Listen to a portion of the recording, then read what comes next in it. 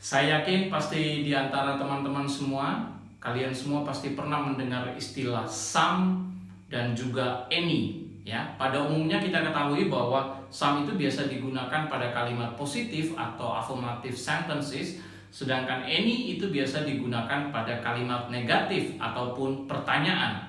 Namun pada kesempatan kali ini saya akan memberitahu hal yang mungkin teman-teman di luar sana belum mengetahui, bahwa sebenarnya some atau any kedua-duanya bisa digunakan dalam kalimat positif, negatif, maupun pertanyaan. Jadi jangan kemana-mana, saksikan video ini sampai dengan terakhir.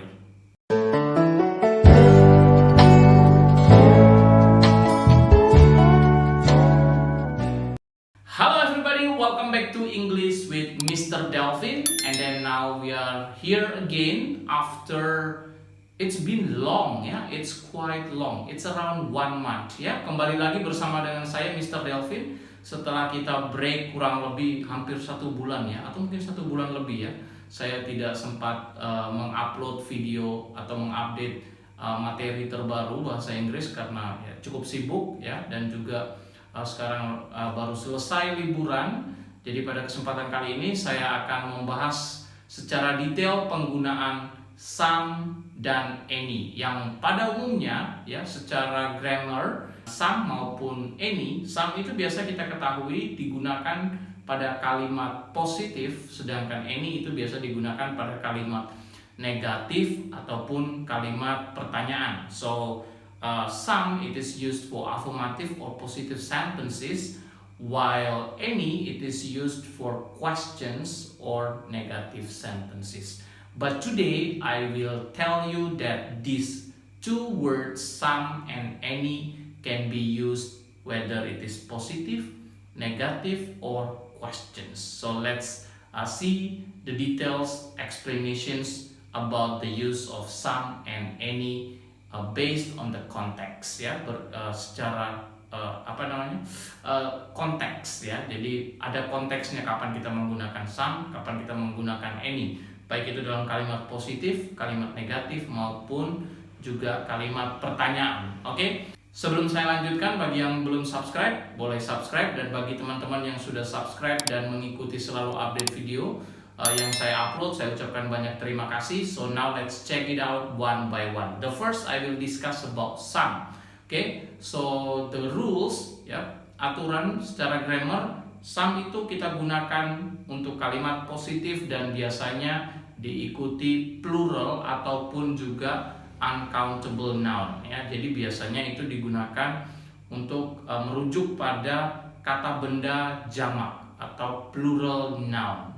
Oke, yang pertama saya akan memberi satu contoh penggunaan kalimat dengan menggunakan kata some dalam kalimat positif ya. Misalnya saya mengatakan I have some siblings ya, saya mempunyai beberapa saudara kandung. Jadi saya tidak menjelaskan berapanya tapi beberapa. Oke, itu I have some siblings. Sedangkan dalam kalimat negatif kita menggunakan any seperti pada umumnya yang kita ketahui. Misalnya saya mengatakan I don't have any siblings. Saya tidak mempunyai saudara kandung, seperti itu. Jadi kalau penggunaan some dan any, ketika kita menggunakan countable nouns, kata benda yang bisa dihitung, itu biasanya ditambah dengan s atau is. Sibling menjadi siblings, ya seperti itu.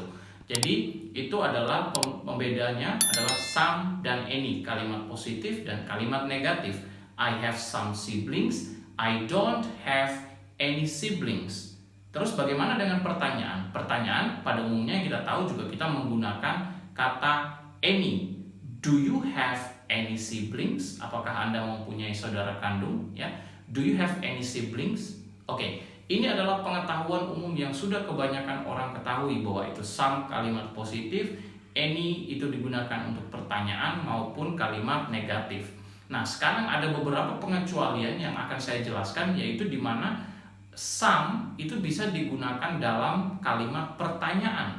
Oke, sekarang kita bahas ya yang pengecualian yang pertama, yaitu di mana some bisa digunakan dalam kalimat tanya. Misalnya seperti ini. Would you like to have some sugar in your coffee? Would you like to have some sugar in your coffee? Nah, ini kan pertanyaan ya. Ada question mark. Tapi mengapa kita menggunakan kata some bukan any? Oke, penjelasannya adalah ketika kita menawarkan sesuatu, jadi penggunaan kata some itu di dalam pertanyaan atau question mark itu biasanya ketika kita menawarkan sesuatu atau kita meminta sesuatu, ya. Nah, di sini situasinya adalah kita menawarkan sesuatu. Would you like to have some sugar in your coffee? Apakah kamu mau menambahkan gula di kopimu? Nah, ini kita menawarkan. Kenapa kita menggunakan some? Ini berarti kita mengharapkan atau ekspektasi kita jawabannya akan yes, ya. Oke. Jadi kita tahu bahwa dia akan mengatakan ya. Ya, seperti itu. Itu kita menggunakan some. Tapi apakah pada konteks ini kita boleh menggunakan kata any? Boleh, ya. Ketika kita benar-benar tidak tahu bahwa dia akan menjawab ya atau tidak. Oke. Tapi ketika kita menggunakan some, ekspektasi kita dia akan menjawab yes. Yes, seperti itu. Would you like to lend me some money? Would you like to lend me some money? Kan? Ini juga pertanyaan. Apakah kamu mau meminjamkan saya uang? Oke, apakah kamu mau meminjamkan saya uang? Kita berharap jawabannya yes. Oleh sebab itu kita menggunakan kata some dan kita tahu pasti dia akan memberikan pinjaman. Itu kita menggunakan kata some. Tapi kalau kita sungguh-sungguh atau kita benar-benar tidak tahu, kita boleh menggunakan kata any. Oke? Jadi ini pada konteks ini ya. Kita boleh menggunakan some ataupun any dalam quote and quote I can say question mark ya, dalam bentuk kalimat tanya secara struktur bahasa. Tapi sebenarnya itu bukan pertanyaan. Itu bisa dikatakan offering ya, atau request, permintaan atau penawaran seperti itu. Oke, itu adalah pengecualian yang pertama di mana some juga bisa digunakan dalam kalimat tanya. Oke, pengecualian yang berikut adalah secara struktur bahasa, kalimat ini adalah kalimat positif, tetapi dia memiliki makna negatif. Bukan negatif dalam arti negatif ya, tapi secara feeling itu kalimatnya dari sisi bahasa itu negatif. Yaitu biasanya kata yang menggunakan kata never, hardly, kan never itu tidak pernah, hardly itu hampir tidak pernah, without itu tanpa, ya. Berarti ini adalah kalimat-kalimat yang kalau kita buat secara struktur bahasa itu dia positif, kalimatnya struktur bahasanya positif, tapi punya feel negatif. I give you example, saya kasih contoh misalnya, I've never been to any other countries around the world besides Indonesia. Jadi any other countries. Padahal kalimatnya kalimat positif, tapi karena never been to any others places ya.